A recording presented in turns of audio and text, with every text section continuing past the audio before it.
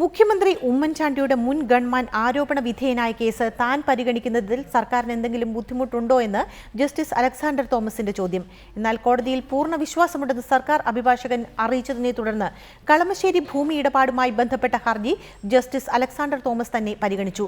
Advocate general ഓഫീസിനും മുഖ്യമന്ത്രിക്കുമെതിരെ justice Alexander Thomas വിമർശനങ്ങൾ ഉന്നയിക്കുകയും മുഖ്യമന്ത്രിയും മറ്റു മന്ത്രിമാരും അതിന് പരസ്യമായി മറുപടി പറയുകയും ചെയ്ത സാഹചര്യത്തിലായിരുന്നു കോടതിയുടെ ഈ ചോദ്യം. കളമശ്ശേരി ഭൂമി തട്ടിപ്പ് കേസിൽ പരാതിക്കാരായ ഷെരീഫയും മക്കളും നികുതി രജിസ്റ്റർ തിരുത്തിയെന്നാരോപിച്ച് സമർപ്പിച്ച ഹർജി ഹൈക്കോടതിയുടെ പരിഗണനയിലുണ്ടായിരുന്നു. കേസ് CBIക്ക് വിടണമെന്നായിരുന്നു പരാതിക്കാരായ സലീം രാജിന്റെ ബന്ധുക്കളുടെ ആവശ്യം. ഈ ഹർജി ജസ്റ്റിസ് അലക്സാണ്ടർ തോമസിന്റെ ബെഞ്ചിലാണ് പരിഗണനയ്ക്ക് വന്നത്. ഹർജി താൻ പരിഗണിക്കുന്നതിൽ സർക്കാരിന് ബുദ്ധിമുട്ടുണ്ടോ എന്ന് ജസ്റ്റിസ് അലക്സാണ്ടർ തോമസ് ചോദിച്ചു. കോടതിയിൽ പൂർണ്ണ വിശ്വാസമുണ്ടെന്നായിരുന്നു സർക്കാരിന് വേണ്ടി ഹാജരായ അഭിഭാഷകന്റെ മറുപടി.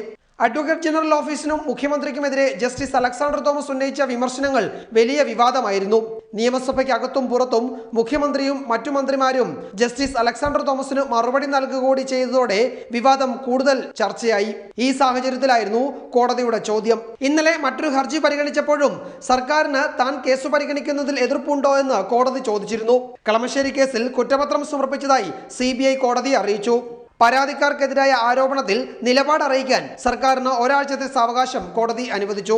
റിപ്പോർട്ടർ, കൊച്ചി.